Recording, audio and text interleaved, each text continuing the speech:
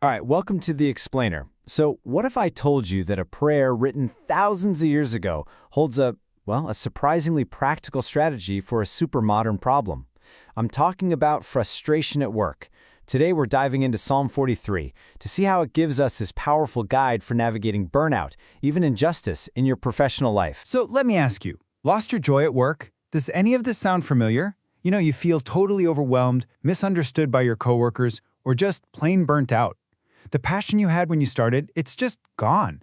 And now you're running on fumes, feeling unappreciated, maybe even like you've got a target on your back. Well, an ancient prayer offers a timeless strategy for getting it back. And this isn't just some nice poetry. Psalm 43 gives us this incredible, actionable journey. Seriously, think of it like a roadmap to guide you from that feeling of despair all the way back to hope and a real sense of purpose. All right, first up, a cry for justice. So where does a journey like this even begin? It actually starts with getting brutally honest with yourself. The very first step is what the psalm shows us, a cry for justice. It's about acknowledging that raw, gut-punch feeling of being wronged or treated unfairly at work. You see, the psalmist feels totally abandoned and oppressed by what he calls deceitful and unjust people. And wow, is that a relatable feeling or what? When you're trying to do the right thing, operate with integrity, and you just feel completely undermined or misrepresented. The whole journey starts right there by validating that real, legitimate pain. Okay, so here's the thing. Our common impulse, right? It's to fight back, to get even, or to just let anxiety completely take over. But the Psalm's approach it's radically different. The first step isn't about retaliation at all. It's about relinquishment. It's about choosing to entrust the entire situation to a higher justice and letting go of that desperate need to control the outcome. Next up, we're asking for a guide. Because once you've handed over the case, so to speak, you don't just sit there and wait. Nope. The next stage is super active. It's the turning point of this whole thing. You're moving from just complaining about the problem to actively requesting a guide to lead you out of all that confusion. And this verse, this is the absolute key. This is the central prayer that shifts everything.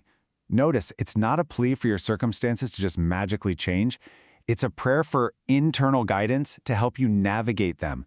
Asking for God's light and truth, that is a powerful, powerful request for clarity and real direction. And look at how practical this is.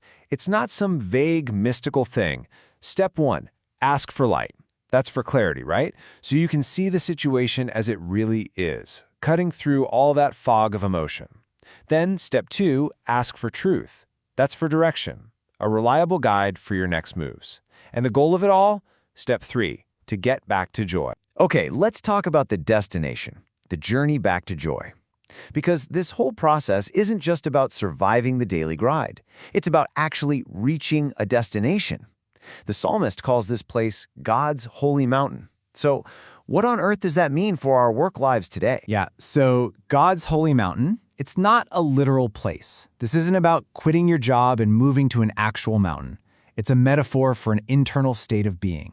It's about finding renewed purpose, connecting with God's presence, and getting to a place of inner peace. A peace that the office drama just can't touch. And really, that's the ultimate goal. The entire point is to restore the joy and the motivation that got lost in the middle of the struggle.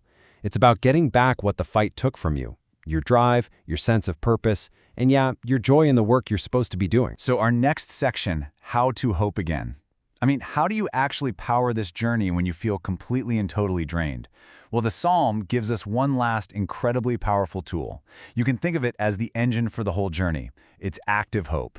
It's a technique for building a whole new mindset. So the psalmist asks himself, "Why, my soul, are you downcast? Why so disturbed within me?" He does something absolutely fascinating here. It's like a form of ancient self-coaching. He talks directly to his own soul. He starts by just acknowledging the negative feeling head-on, asking, "Why are you so down?" This is such a powerful first step. You're not trying to ignore the despair, you're naming it, and you're questioning its authority over you. And after he asks the question, he immediately gives himself the answer. This is spiritual self-talk in action, and it is a game changer. You see the pattern here. There's the feeling, the self-inquiry, like why am I so anxious? And then there's the response, the spiritual self-talk. Put your hope in God. To the feeling of, why do I feel so defeated? He responds, for I will yet praise him. He's actively coaching himself, making a conscious choice to pivot from despair to hope, again and again and again. So let's wrap this up. Your 3-step strategy, straight from Psalm 43, it all boils down to this. Number 1, entrust the injustice. Just hand over your case to God. Number 2, ask for guidance. You pray for His light and His truth. And finally, number 3, you choose hope. You have to actively encourage your own soul. And that leaves us with one final question for you to think about. What area of your work needs God's light and truth today? As you think about your own professional life, what specific situation, what relationship, or what decision is just waiting for this kind of clarity and direction? What's the one area where you can start this journey right now, today?